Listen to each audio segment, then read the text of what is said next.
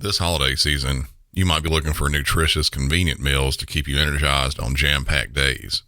Factor, America's #1 ready-to-eat meal delivery service, can help you fuel up fast for breakfast, lunch, and dinner with chef-prepared, dietitian-approved, ready-to-eat meals delivered straight to your door. You'll save time, eat well, and stay on track with your healthy lifestyle while tackling all your holiday to-dos. Too busy with holiday plans to cook, but want to make sure you're eating well? With Factor, skip the extra trip to the grocery store and the chopping, prepping, and cleaning up too, while still getting the flavor and nutritional quality you need. Factor's fresh, never frozen meals are ready in just 2 minutes, so all you have to do is heat and enjoy.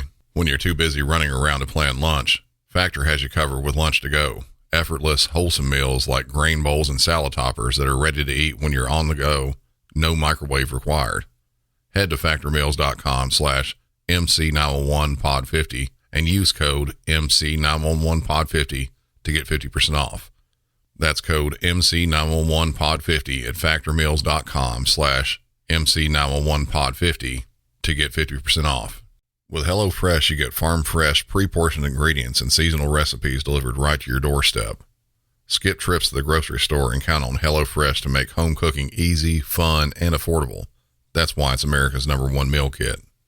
Whether your resolution is to save money, eat better, or stress less, HelloFresh is here to help you do all three. Say hello to your most delicious year yet with fresh ingredients and chef-crafted recipes at a price you'll like delivered right to your door. So you've resolved to actually sit down and eat dinner around the table, but what do you do about those nights when your schedule is packed? Turn to HelloFresh's lineup of quick and easy meals, including their 15-minute recipes designed to help minimize mealtime stress. Every single meal I've had from HelloFresh has had easy-to-follow instructions, fresh ingredients, and when it's done, I feel like I'm out at my favorite restaurant. Go to HelloFresh.com/MC911free and use code MC911free for free breakfast for life. One breakfast item per box while subscription is active. That's free breakfast for life at HelloFresh.com/MC911free with code MC911free. At Grainger, we're for the ones who pay attention to every little detail. The ones who fuss, tinker, and sweat the small stuff. Because you know the tiniest thing can make the biggest difference when it comes to keeping business moving. We get it. We're the same way. Offering access to product experts to help you quickly and easily find what you need. So whatever your industry, you know you're always getting professional-grade products. Call, click Grainger.com, or just stop by. Grainger, for the ones who get it done.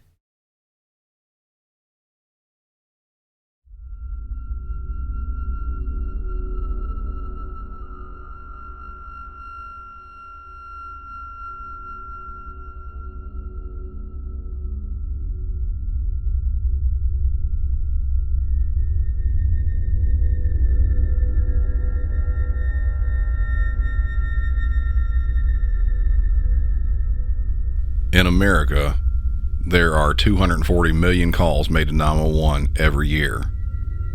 That's 7 calls every single second. To give you an idea, since I've started talking, 105 people have dialed 911. In England, they don't use 911. The number you dial for an emergency there is 999.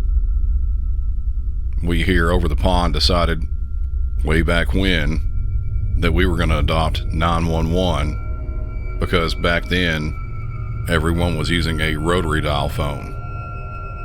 For any of you that know about using a rotary dial phone, dialing 93 times, that could take a long time. During an emergency, that could feel like hours. So we opted to dial the long 9, followed by 2 of the quickly dialed 1s. The reason I'm getting into the talk about 911 versus 999, everything we'll be talking about today are going to be 999 calls. All British. For all my friends over that way, maybe you'll be able to understand these folk a bit better than yours truly with a sort of heavy southern accent. Welcome back to Music City 911.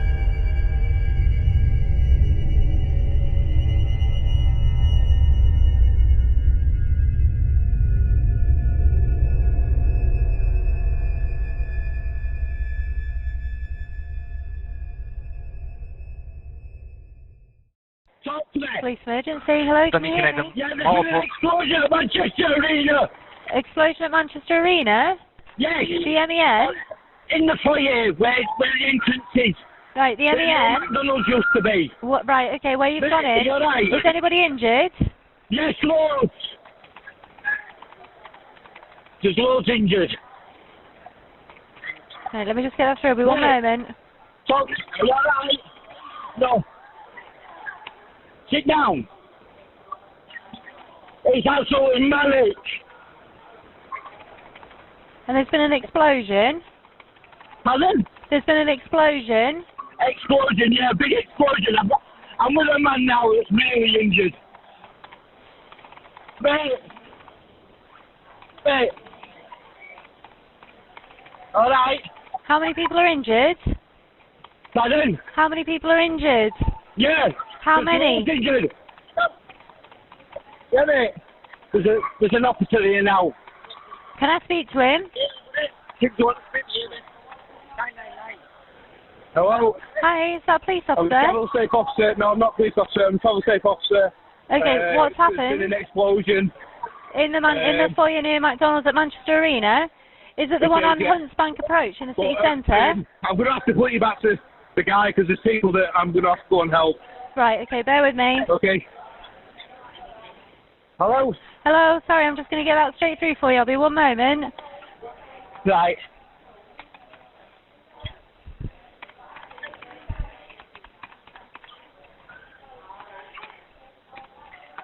Oh. Stay still, mate. Don't try moving. Alright. Alright.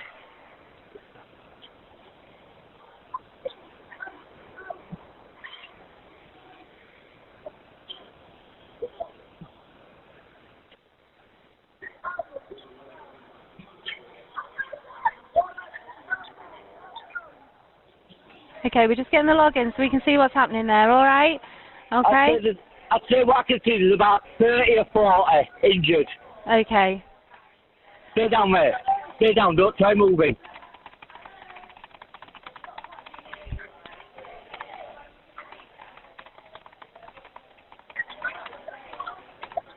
Okay, how long ago did this happen? Just now. Can you see anybody? Can you see where it comes from? Could you see if there was anybody with a gun or anything like that? No. It come near this stand. Just a mate.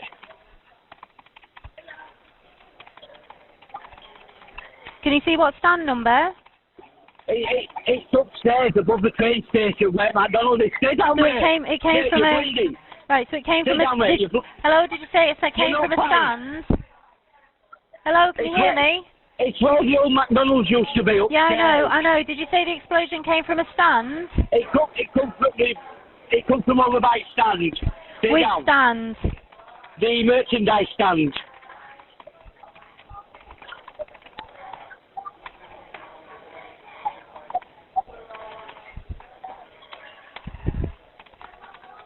Are you injured? Pardon? Are you injured? No. What's your name? Ron Blake. Ron Blake? Yeah. I'm with a man that is really injured. His leg's pumping. You need to put pressure on it.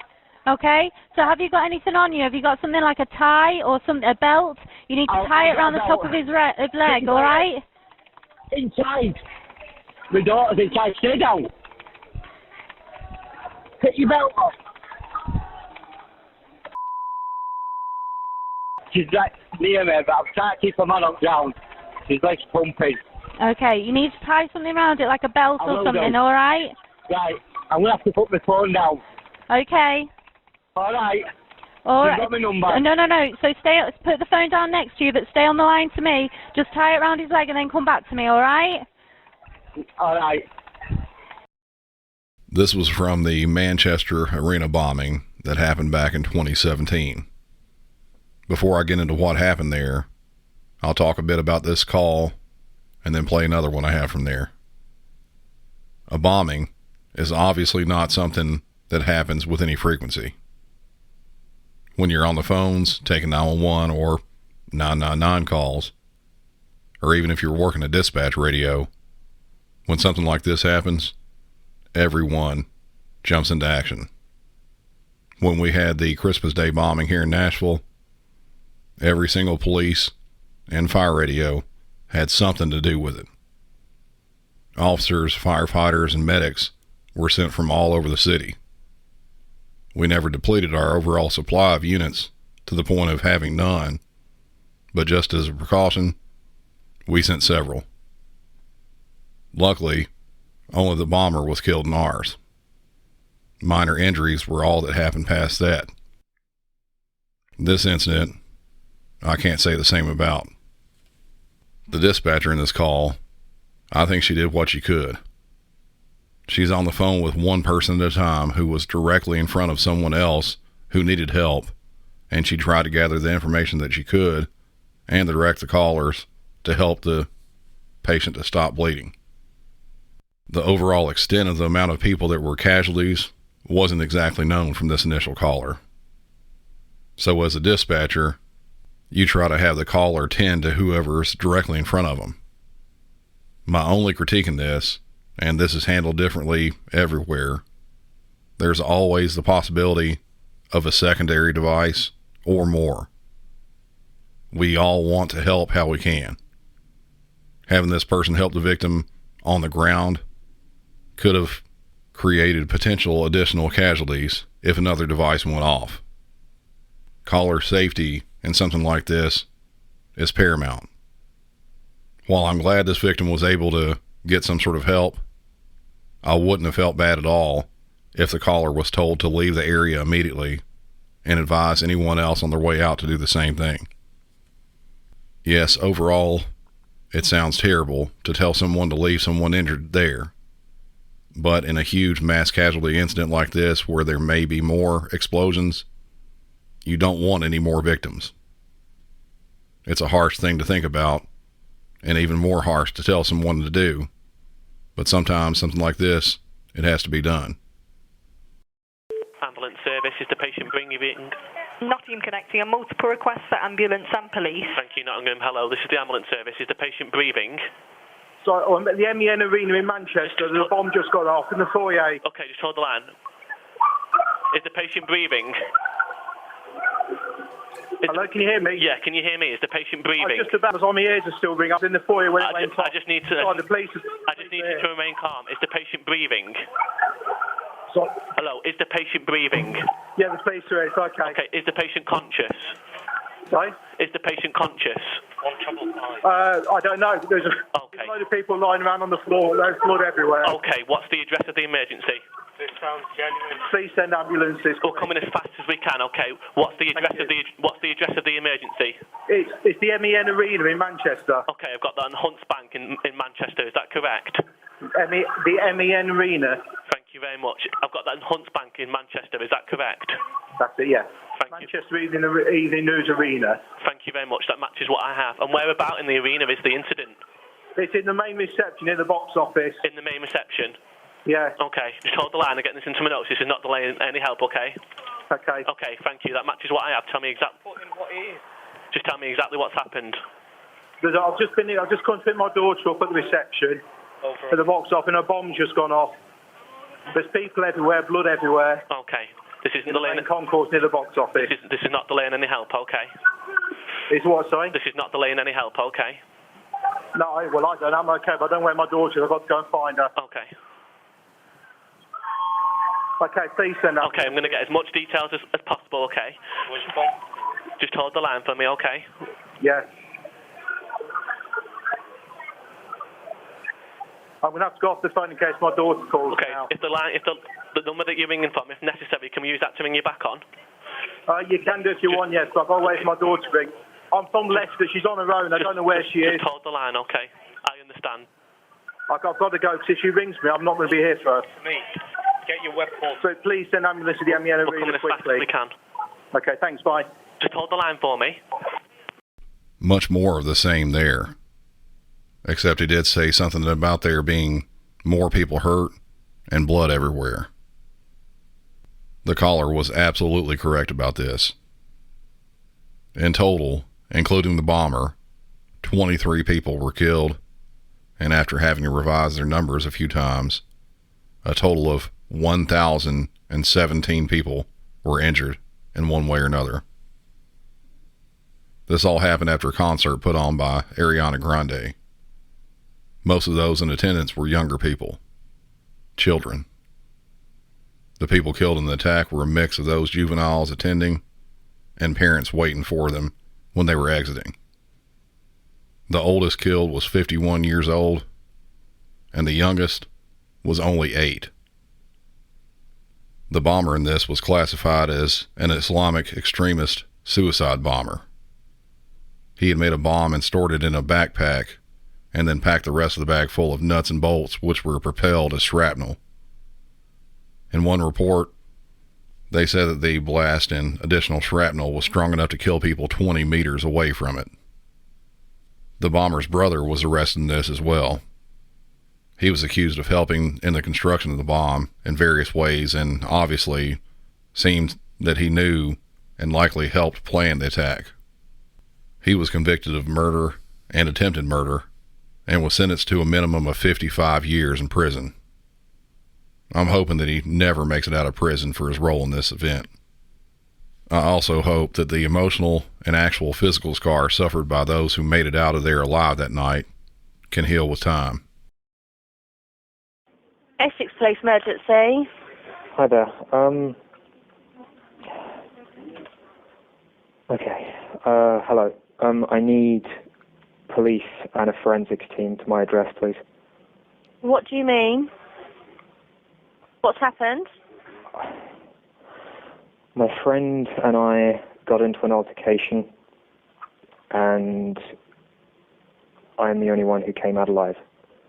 Are you telling me you've killed somebody? Yes, I am. Right, and who am I speaking to? My name is Lewis Daines. I'm 18 years old, and I live...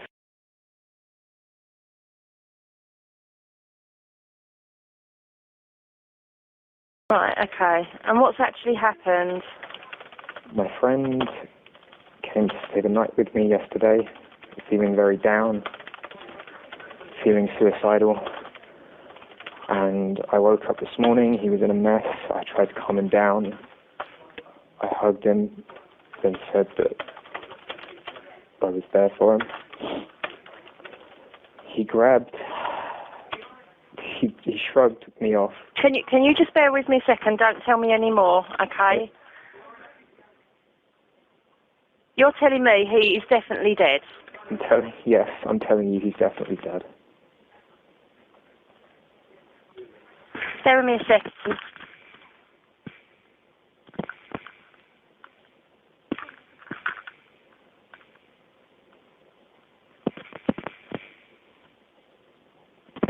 Right, okay, Lewis, I need you to just take me back through that again. So what happened last night? Okay. He came to stay with me because he was feeling down. I tried What's his name? Breck. B-R-E-C-K. Bednar. B-E-D-N-E-R. Sorry, B-R-E-C-K. Breck? Yes. And then his surname is? Bednar. B-E-D-N-E-R. Okay, so he came to stay with you. I can explain this to the officers when they I will just. I need to take these initial details. I know. He came to stay with me the night. I did my best to comfort him. I woke up this morning. He was in a mess. I tried again. Right, just slow down again, Lewis. I need to take these details. So, did you have an argument with him last night? No, we were fine. You were fighting? No, we were fine. We were fine last night. We both went to sleep. I said that we were fine. Okay, but why did he come to stay with you? Because he was fed up with his home life. Right, because he was fed up with his home life. He's had a lot of problems. I've known him for a long time. He came to stay with me. I was in Thailand last week on holiday. He was in Spain on holiday. Okay. We both got back. So, met up. You both went to bed, and then what's happened this morning? I woke up. He was just standing up. He was in a mess. Hands on his face. I got up, I put my arms around him, and I said it was okay. He just shrugged me off and said no. I can't remember exactly what he said. He was going on about how he didn't want to go home. He was fed up with his life, and he didn't want to go. Right, and okay.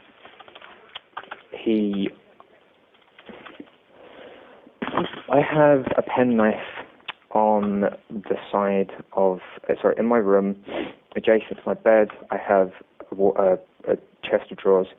After shaving the TV and stuff on there, I had a penknife on there, folded. He picked it up, opened it, and then lost control. Slow down. Let me just take those details here. Penknife on the bedside table. Brett grabbed this. Yeah. What, in order to harm himself? No, in order to harm me. He opened it and then lost control. To harm informant and opened it. What states he lost control.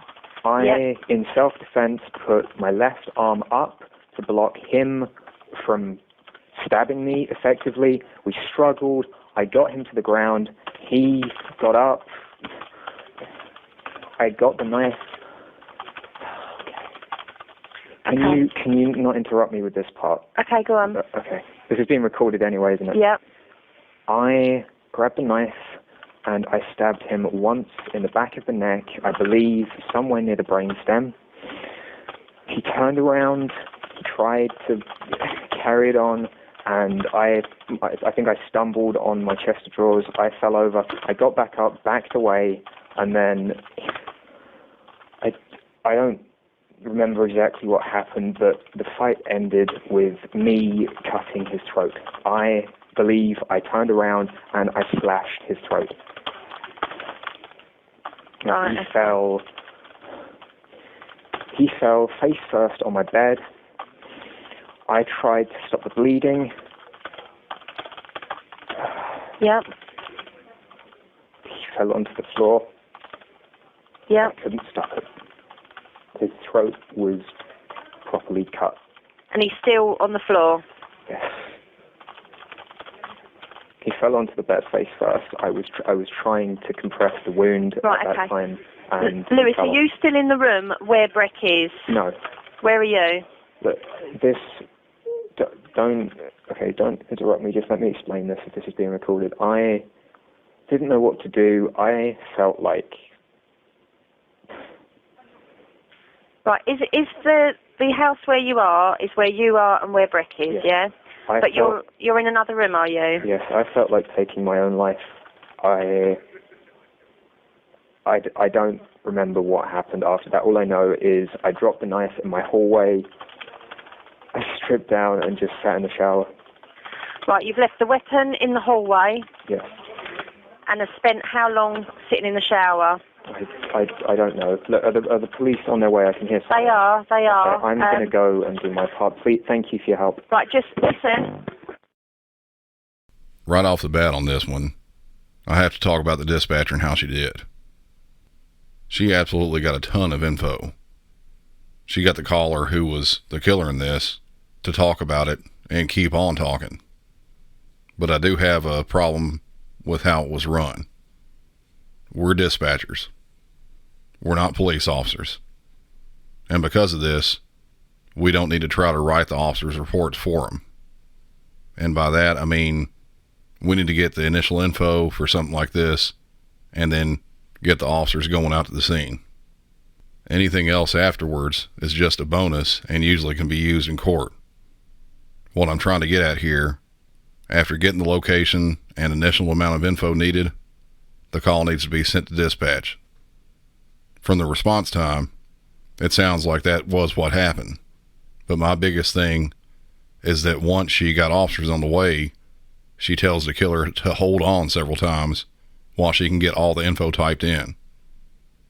If I were the dispatcher in that scenario, I would get help on the way, then just let him spill his guts about what happened and interrupt very little. If there's a pause in his description, yes, you can ask more questions. But everything he said doesn't need to go word for word into the computer. Once the officers are on the way and you've given them enough info to handle getting there and potential safety issues, smaller updates are acceptable over the computer. Overall point is, I wouldn't stop in mid-sentence from talking just to catch up on typing every single detail with exactness of what happened. The officers and detectives are going to get all that info multiple times to see if there are any differences in his story. Just get the officers in the way and let the suspect talk from there on out. The murder itself, yes, the victim's throat was slashed. The rest of it, from what the caller said, simply doesn't seem like it was true.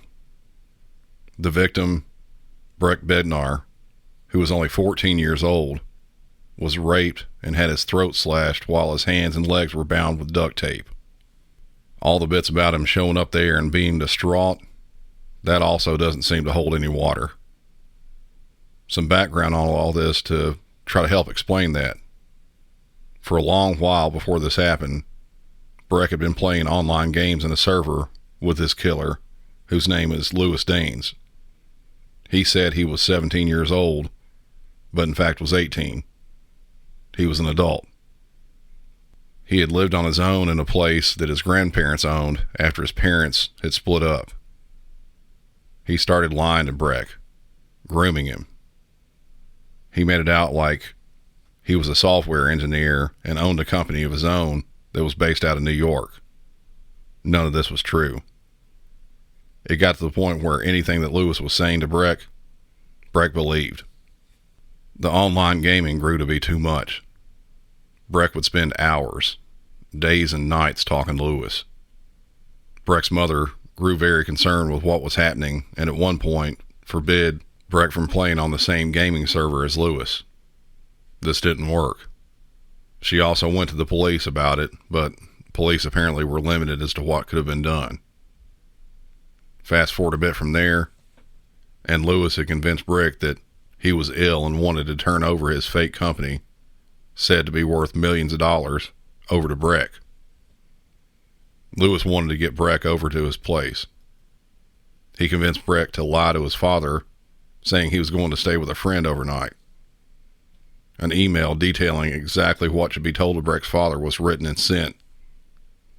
He even came up with a fake friend's name and a backstory as to why he was going to stay with him. The murder and rape was also not something that was just done on a whim.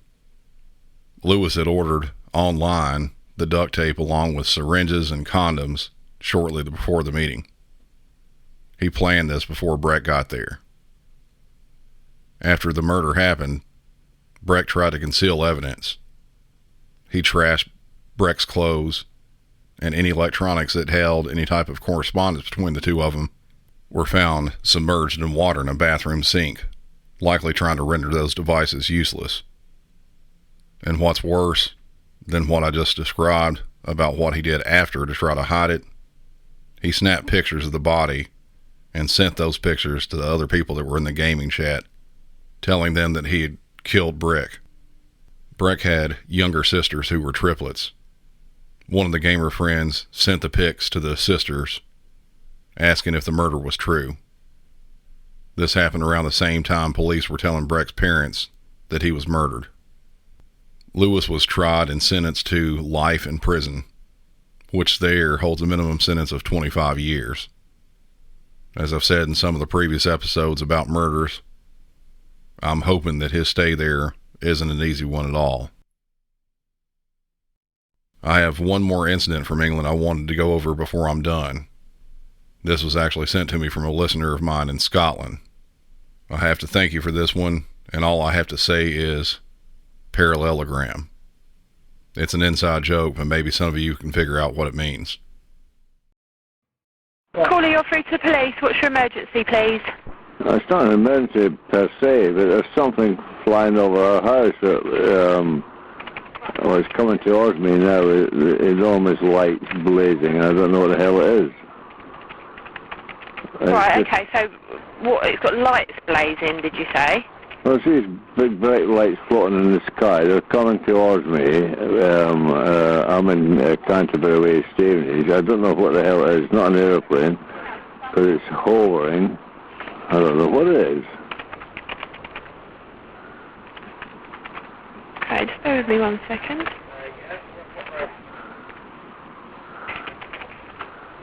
Can you hear any sort of engine noise from it or anything like that? No, it's too far away at the moment, but I thought it was, the flight path coming, I thought it was an airplane first, and now it's just hovering with all these lights on. I don't know what the hell it is. So so it's hovering quite far away now from your house? It's, I would imagine it's somewhere over walking or somewhere heading this way. You see bright lights. And it's stopped now. Is it? What, so you can't see it anymore now? Oh, no, I can see it. I can see it just sort of hovering there. Don't know what the hell it is. Okay, alright, well I've logged it down, so I'll see if the area knows anything about it, okay? That's fine, thank you very much. Bye. Bye-bye. So this guy was trying to report some sort of a flying object. He didn't know what it was, so it was unidentified. A UFO. He had mentioned it had a bunch of lights and may have been an airplane, but wasn't exactly sure. But he said that this thing was moving. He could see it moving. Now, we get calls all the time. Well, I won't say all the time, but with some sort of frequency about low-flying aircraft, maybe an airplane or helicopter that's flying too low. That happens quite a bit, or at least it's happened while I've been on the phones. A lot of times they'll call about a helicopter that is actually there to repair or inspect a power line or some sort of thing like that. It happens. But this, it seems like it's a little bit different. Something to it. Can't really put my finger on it. But the caller actually does call back with an update. Caller, you're through to the police. What's your emergency? I just called you about 2 minutes ago. Okay, so why are you calling back again then? I'll tell you why, because I've just made a right mistake. Right, okay. I thought I saw something that was really strange, and it wasn't, actually. Right, do you know what? Because I just spoke to you myself. Do you know what it was then, or...? Well, you won't believe this.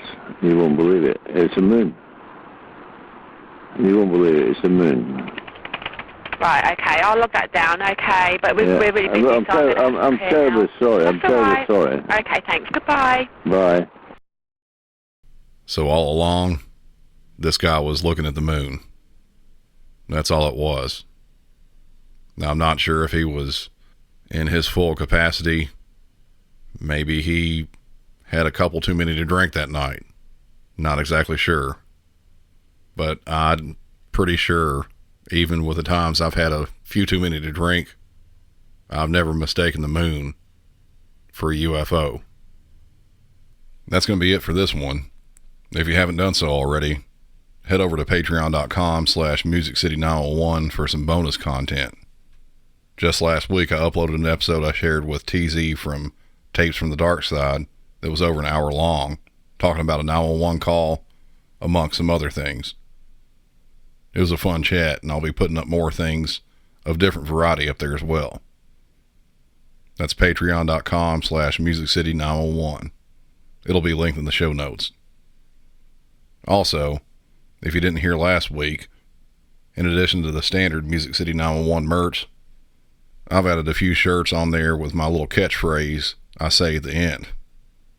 If you go to teespring.com/MC911, you'll find the new Y'all Have a Good'n t-shirts and tank tops. If you want me to add some more items with that on it, send me a message and I'll see what I can do. This is also linked in the show notes. And finally, if you're up and awake around 8:15 Central Time next Monday morning, June the 6th, have a listen to WGNS Radio. I'll be interviewed on their morning show. You can listen locally in Middle Tennessee on 101.9 and 100.5 on FM or 1450 on the AM dial. You can also go to WGNSradio.com and listen via live stream. I'm sure I'll have a story or two to share on there. But until next time, I'm Brandon, and y'all have a good one.